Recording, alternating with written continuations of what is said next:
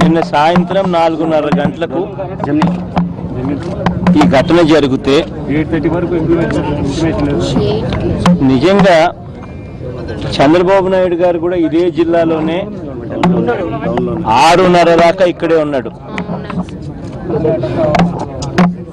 Incident జరిగితే 2 అమ్మాయిలు కేవలం 10th క్లాస్ పాస్ అయిపోయి ఇంటర్మీడియట్ కు లాంగ్ టర్మ్ కోచింగ్ కోసం నారాయణ వాళ్ళ ట్రైనింగ్ సెంటర్స్ లో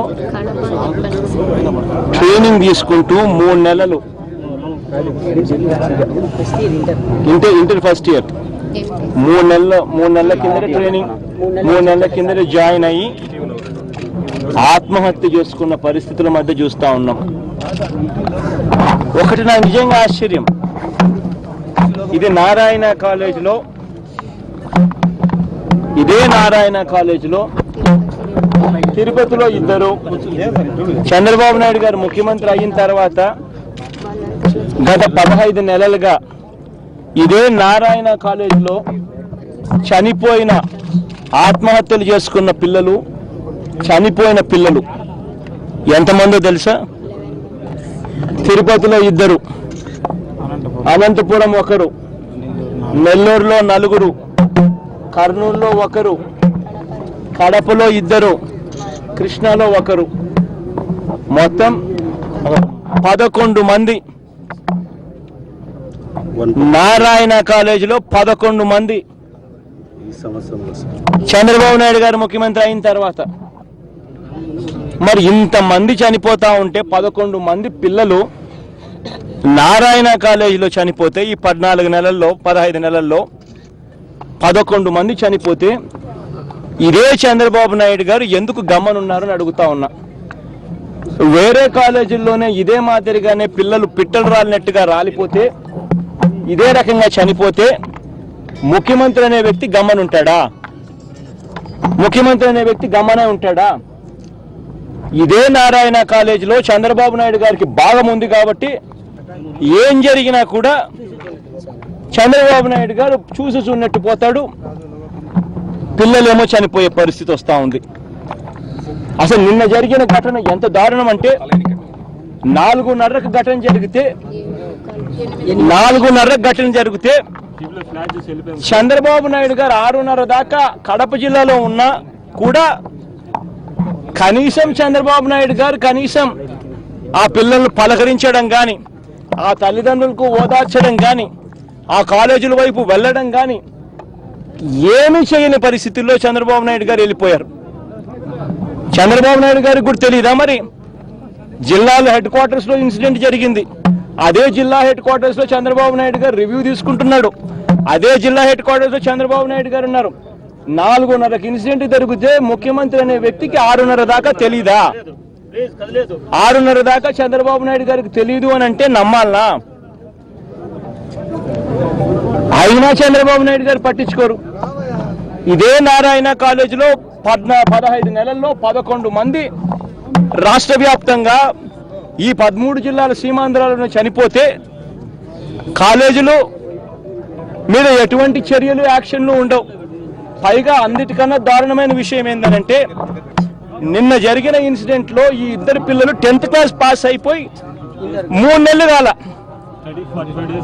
ఈ పిల్లలు చనిపోవడానికి కారణం వాళ్ళ మీద ఎక్కడికి వస్తుందో అని భయపడి ఆ పిల్లలు లవ్ లెటర్ అని చెప్పి కొత్త కథ ఈ రోజు లెటర్ చూపిస్తున్నారు. ఈ రోజు లెటర్ కొత్త లెటర్ గుదంతం ఈ రోజు తీసుకొస్తున్నారు.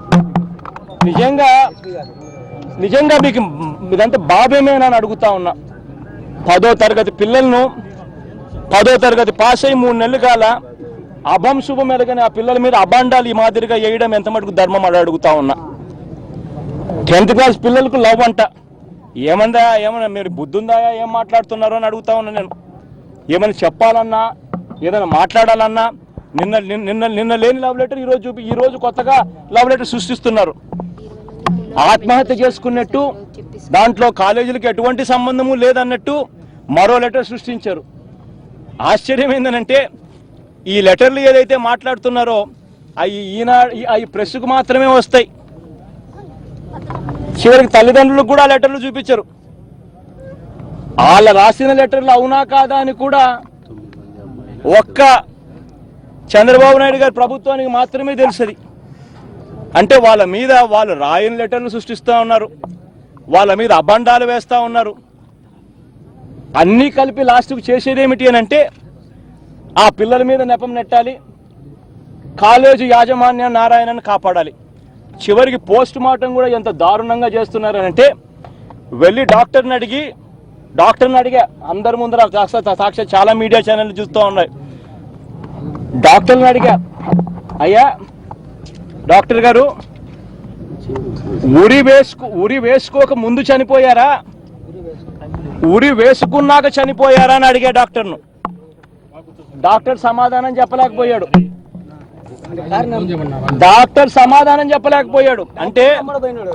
అంటే దాని అర్థం పోస్ట్ మార్టం ఎంత దారుణంగా జరిగింది అని చెప్పడానికి ఇంతకన్నా నిదర్శనం కావాలనా?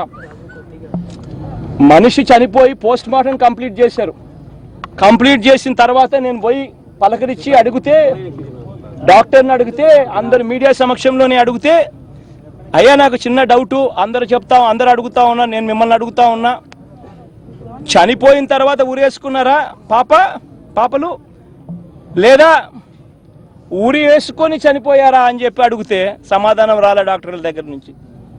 అంటే పోస్ట్ మార్టం ఎంత దారుణంగా జరుగుతా ఉందని చెప్పడానికి ఇంతకన్నా వేరే నిదర్శనంలా పోస్ట్ మార్టం అన్యాయంగా జరిగిస్తా ఉన్నారు, పిల్లల మీద అబాండాలు వేస్తా ఉన్నారు, లేని లెటర్లను సృష్టిస్తా ఉన్నారు. లెటర్లు కనీసం తల్లిదండ్రులకు చూపించలేని పరిస్థితి. పిల్లలు ఇక్కడ వాళ్ళ క్లాస్మేట్స్ అంతా, వాళ్ళ పిల్లల క్లాస్మేట్స్ అందరూ ముక్కు పచ్చలారని పిల్లలే. వీళ్ళంతా కూడా 10th క్లాస్ పాస్ అయ్యి 3 నెలలు అయింది 11వ తరగతికి వచ్చి.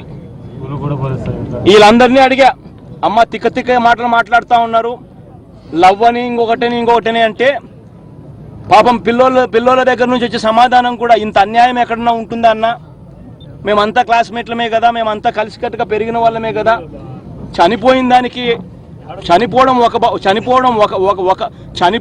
చంపడము ఒక అన్యాయం అయితే ఈ రకంగా అబాండాలు వేయడం ఎంత మటుకు ధర్మం అన్నా అని చివరికి చిన్నపిల్లలు కూడా క్వశ్చన్ చేసే పరిస్థితిలోకి ఈ ఎంక్వైరీలు, మీరు పగడ్బందీగా ఒక వ్యక్తిని కాపాడేదానికి, ఒక యాజమాన్యాన్ని కాపాడేదానికి మీరు చేస్తూ ఉన్న ప్రయత్నం ఇంతకన్నా దిక్కుమాలిన పరిస్థితి బహుశా రాష్ట్రంలో ఎప్పుడూ ఉండదేమో. ఈరోజు రాష్ట్రంలో పరిస్థితి ఎలా ఉందనంటే, పిల్లలను బడులకు పంపించాలనంటే, కాలేజీలకు కానీ యూనివర్సిటీలకు కానీ పంపించాలంటే తల్లిదండ్రులు భయపడే పరిస్థితిలోకి ఇవాళ చంద్రబాబు నాయుడు గారి పరిపాలనలో ఇవాళ విద్యారంగాన్ని దిగదార్చారు. ఇంతటి దారుణమైన పరిస్థితిలో ఈరోజు విద్యారంగం ఉంది. విద్యార్థులకు సంబంధించి చంద్రబాబు నాయుడు గారు చేసిన అబద్ధాల హామీలు ఇంతవరకు నెరవేర్చలేదు. ప్రతి ఎలక్షన్ అప్పుడేమో ఓట్ల కోసమేమో ప్రతి ఇంటికి ఉద్యోగం ఇస్తాను, ఉద్యోగం ఇకపోతే ప్రతి ఇంటికి నేను 2000 రూపాయలు నిరుద్యోగ భృతి ఇస్తాను అని ఆ రోజు చెప్పాడు. ఈ రోజు ఉద్యోగము లేదు, 2000 రూపాయలు నిరుద్యోగ భృతి లేదు. చివరకు చంపేసిన వాళ్ళని సపోర్ట్ చేసే పరిస్థితి, చచ్చినా పట్టించుకునే పరిస్థితి. మొన్న రాగింగ్ జరిగితే ఒక పాప చనిపోతే ఇంతవరకు దోషులను అరెస్ట్ చేయలేదు. ఇవాళ ఇద్దరు పిల్లలు చనిపోతే పిల్లల మీదనే అబాండాలు వేసే పరిస్థితి. కానీ చనిపోయిన వ్యవస్థ నారాయణ అనే ఆయనేమో ఇదే చంద్రబాబు నాయుడు గారి గవర్నమెంట్లో మంత్రి కొనసాగుతూనే ఉంటాడు. ఈ 14 నెలల్లో 9 మంది అమ్మాయిలు 2 అబ్బాయిలు చనిపోయిన పరిస్థితి. నారాయణ కాలేజీలు మూతపడవు. నారాయణ కాలేజీకి చంద్రబాబు నాయుడుకి అన్ని రకాలుగా అండదండలు ఇస్తారు. కారణం చంద్రబాబు నాయుడు గారికి నారాయణ కాలేజీలో భాగం. ఇంతకన్నా ఇంకా వేరే దిక్కుమాలిన పరిస్థితి ఈ బహుశా ఇక్కడ ఉండదు. చివరికి చంద్రబాబు నాయుడు గారు నారాయణ కాలేజీని ఎంతగా ప్రమోట్ చేయాలన్నారనంటే, ఇంతకుముందు ప్రతి కిలోమీటర్కు స్కూళ్ళు ఉండేటివి. ప్రతి 3 కిలోమీటర్లకు ఒక బ్రహ్మాండమైన స్కూల్ ఉండేది. స్కూళ్ళన్నీ మూయించేసి 8 కిలోమీటర్లకు ఒక స్కూల్ పెడతా ఉన్నారు. అంటే పిల్లలందరూ 8 కిలోమీటర్లు వెళ్తే తప్ప నుంచి చదువుకోలేని పరిస్థితి. అలా పిల్లలు వెళ్ళి 8 కిలోమీటర్లు వెళ్ళి చదివే పరిస్థితి ఉండదు. కారణం ఇవాళ నారాయణ కాలేజ్ ప్రతి సిటీలోనూ ఉంది, డిస్ట్రిక్ట్ హెడ్ క్వార్టర్స్ లో ఉంది. నెక్స్ట్ చంద్రబాబు నాయుడు గారు నారాయణ స్కూల్ను ప్రతి ఊర్లోనూ పెట్టాలనే సంకల్పంతో ఏకంగా చంద్రబాబు నాయుడు గారు స్కూళ్ళను కూడా మూవిచ్చేస్తున్నాడు. ఇంతకన్నా దారుణమైన వ్యవస్థ, దారుణమైన రాజకీయాలు, దారుణమైన చంద్రబాబు నాయుడు గారు రాజకీయ నాయకుడు ఇంకెవరు ఉండరు అంతకన్నా. ఇదైతే మేము గట్టిగా పోస్ట్ మార్టం మన రాష్ట్రంలో జరగాల్సింది తెలంగాణ రాష్ట్రంలో హైదరాబాద్లో జరగాలి. హైదరాబాద్లో అయితే కనీసం ఈ ఇన్సిడెంట్ ఆత్మహత్యనా చంపబడిందా అన్నదన్నా కానీ రిపోర్ట్ వస్తుంది, తెలుస్తుంది మాకు. హడావిడిగా నేను వస్తున్నాను అని చెప్పి ఏకంగా బాడీలు కూడా ఎత్తేయాలని చెప్పి ప్రయత్నం చేస్తే తల్లిదండ్రులు అడ్డుకొని బాడీని నిలపాల్సి వచ్చింది. లేకపోతే అసలు బాడీనే ఎత్తేయాలని చెప్పి ప్రయత్నం చేశారు. ఖచ్చితంగా దీని మీద జ్యుడిషియల్ ఎంక్వైరీ జరగాలి, సిట్టింగ్ జడ్జితో ఎంక్వైరీలు జరగాలి. ఖచ్చితంగా దీని మీద ఇంకా కాస్త ఎక్కువగా సిబిఐ ఎంక్వైరీ కూడా జరిగించాలని చెప్పి కూడా జరగాల, ఖచ్చితంగా జరగాల. రీపోస్ట్ మార్టం హైదరాబాద్ లో జరగాల. జ్యుడిషియల్ ఎంక్వైరీ సిట్టింగ్ జడ్జి చేత విచారణ జరిగించాలి. సిబిఐ ఎంక్వైరీ ఖచ్చితంగా జరగాలి. నారాయణ ఇన్స్టిట్యూట్స్ ను వెంటనే మూసేసి నారాయణను వెంటనే జైల్లో పెట్టే కార్యక్రమం చేయాలి. ఇంకొకటి సార్ రాత్రి ఎస్పీ గారు అమ్మాయే సూసైడ్ చేసుకున్నా అనేసి ప్రెస్ మీట్ లో చెప్పారు సార్. తప్పు సార్, చాలా తప్పు సార్. అన్యాయం కదా. నీ చెల్లెలకి ఇట్లా జరిగితే నీకు ఎలా ఉంటుంది? నీ చెల్లెలకి ఇలా జరిగితే ఎలా ఉంటుంది? మన బిడ్డలకి ఇలా జరిగితే ఎలా ఉంటుంది? ఇది నిజంగానే 10వ తరగతి చదువుతాన్న పిల్లల మీద ఈ రకమైన అభాండాలు వేయడం ధర్మమేనా? జరిగింది ఏమిటి, చేస్తా ఉన్నది ఏమిటి? ఇది ధర్మమేనా? మనం కూడా మీడియాలో ఉన్నాం. మనమంతా కూడా మీడియా సోదరులమే. మనమంతా కూడా చేయాల్సింది ఏంటి? న్యాయాన్ని, నిజాన్ని బయటికి తీద్దాం. జరిగిన దాన్ని గట్టిగా చూపించే కార్యక్రమం చేద్దాం. ఇటువంటివి మళ్ళీ జరగకుండా చూద్దాం. ఇప్పటికి 11 మంది జరిగారు. 14 నెలల్లో 15 నెలల్లో 11 మంది చనిపోయారు నారాయణ ఇన్స్టిట్యూట్స్ లో. గత 14 నెలలుగా ప్రతి ఇన్సిడెంట్లోనూ ఇదే మాదిరిగానే నెపాన్ని వేరే వాళ్ళ మీద నెట్టేయడం, పిల్లల మీద నెట్టేయడం, వాళ్ళు తప్పించుకోవడం. ఇది ఎప్పుడో ఒకసారి ఫుల్ స్టాప్ పడాలనా లేదా? నిజంగా ఈ వ్యవస్థ మారాలనా లేదా? ఈ వ్యవస్థలోకి మార్పు తీసుకొని రావాలనా లేదా? ఈ వ్యవస్థలోకి మార్పు తీసుకొని రావాలి అని అంటే, రూల్స్ మారాలి అని అంటే, ఇంకా కంప్లయన్స్ ఇంకా పెరగాలి అని అంటే యాక్షన్ తీసుకుంటేనే కంప్లయన్స్ పెరుగుతుంది. ఖచ్చితంగా మీరంతా కూడా దీన్ని హైలైట్ చేసి ఖచ్చితంగా న్యాయం జరిగేట్టుగా పోరాటం చేయమని చెప్పి సవినయంగా అందరితో కూడా ప్రార్థిస్తా ఉన్నాం. రేపు కడప నగరం బంద్ కాల్ ఫర్ చేస్తా ఉన్నాం. నారాయణ కూడా పక్కనే ఉన్నాడు, కమ్యూనిస్టు సోదరులు కూడా పక్కనే ఉన్నారు. రేపు ఈ జరుగుతా ఉన్న అన్యాయానికి న్యాయం జరిగేట్టుగా గవర్నమెంట్ స్పందించాలి. గవర్నమెంట్ మీద ఒత్తిడి తీసుకొచ్చేదానికి స్వచ్ఛందంగా రేపు కడపలో ఉన్న ప్రతి అన్నా తమ్ముడిని, ప్రతి అక్క చెల్లిని, ప్రతి సోదరుని, ప్రతి స్నేహితుడిని కూడా కడపలో ఉన్న వాళ్ళందరినీ రిక్వెస్ట్ చేస్తా ఉన్నా, స్వచ్ఛందంగా రేపు అందరూ ముందుకు రావాలి.